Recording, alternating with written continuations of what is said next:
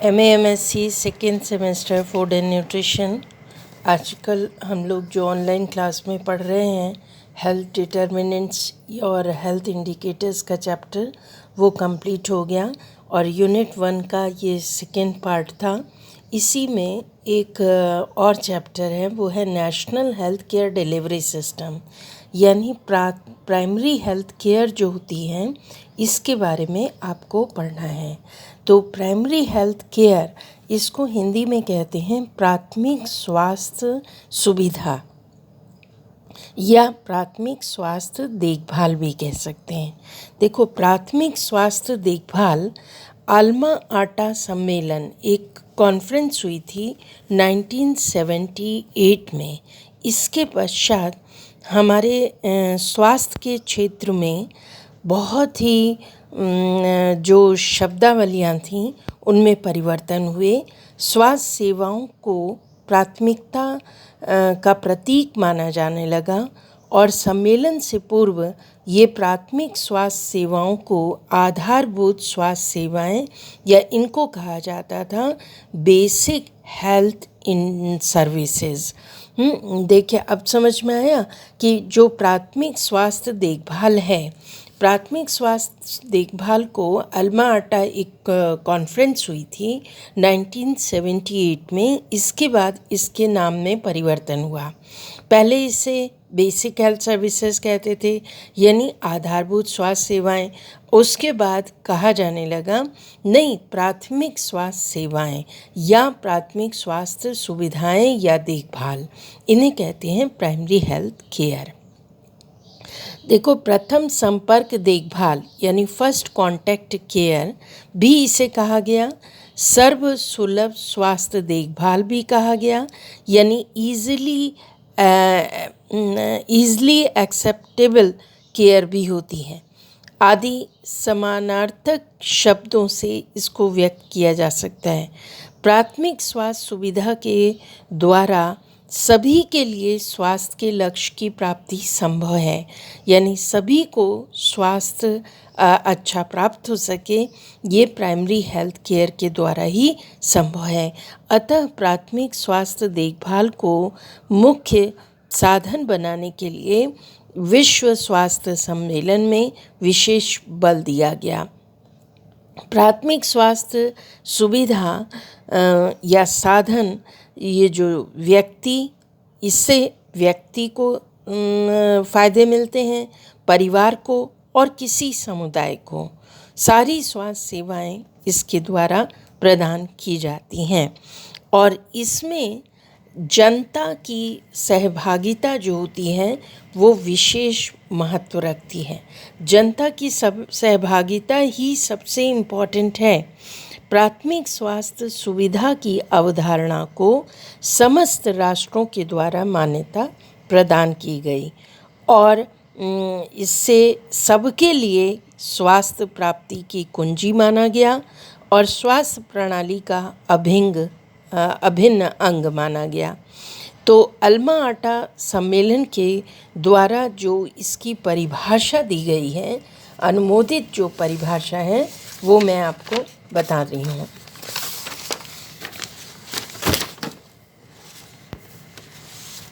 Books बहुत ही बड़ी बड़ी हैं, इनको कवर करना ही बहुत मुश्किल होता है, कैमरा डिस्टर्ब हो जाता है।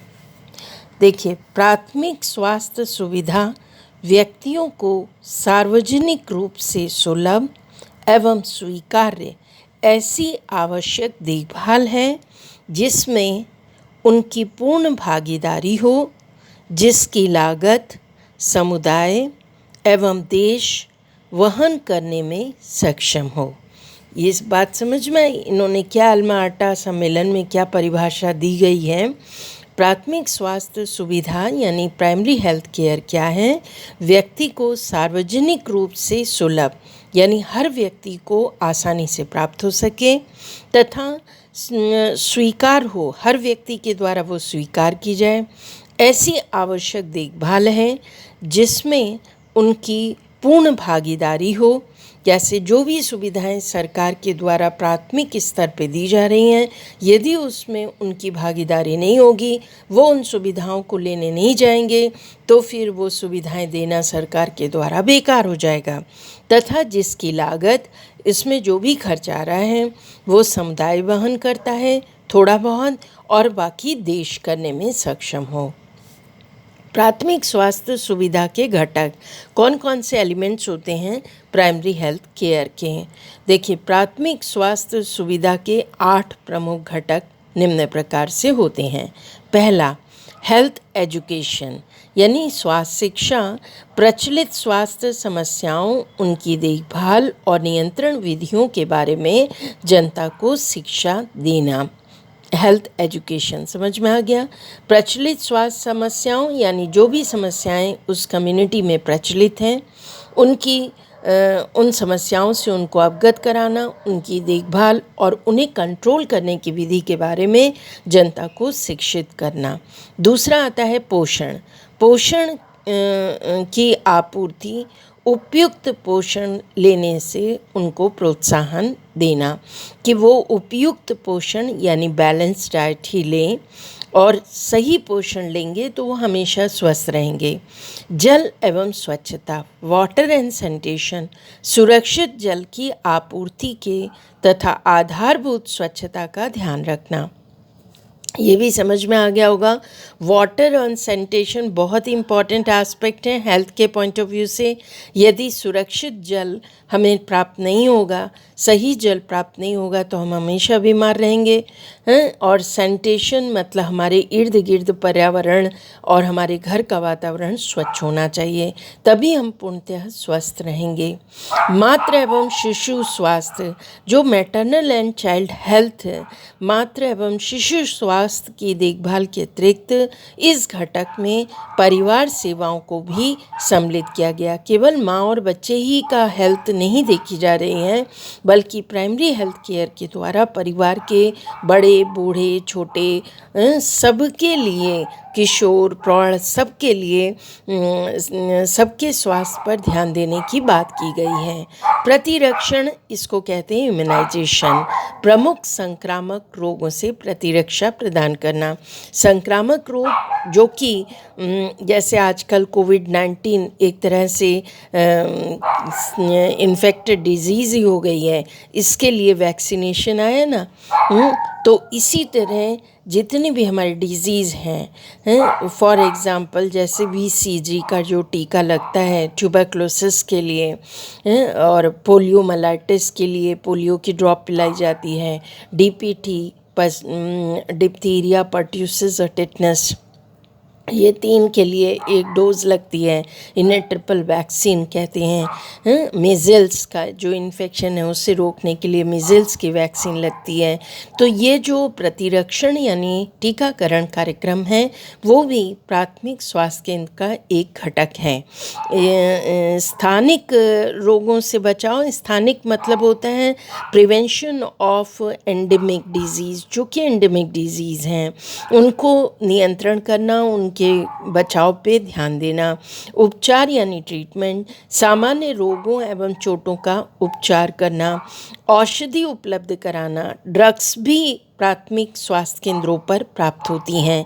आवश्यक औषधियों को, जो भी औषधियाँ हैं उनको सुगम उपलब्धि उनकी सुनिश्चित करना। मैंने कल के क्लास में भी आपको बताया था कि जो केंद्र सरकार होती है, WHO के द्वारा केंद्र सरकार को सारी औषधियाँ और स्वास्थ्य संबंधी सेवाएं प्राप्त होती हैं, और वो फिर सभी स्टेट्स को देते हैं, और सभी स्टेट अपने अपने डिस्ट्रिक्ट को देते हैं।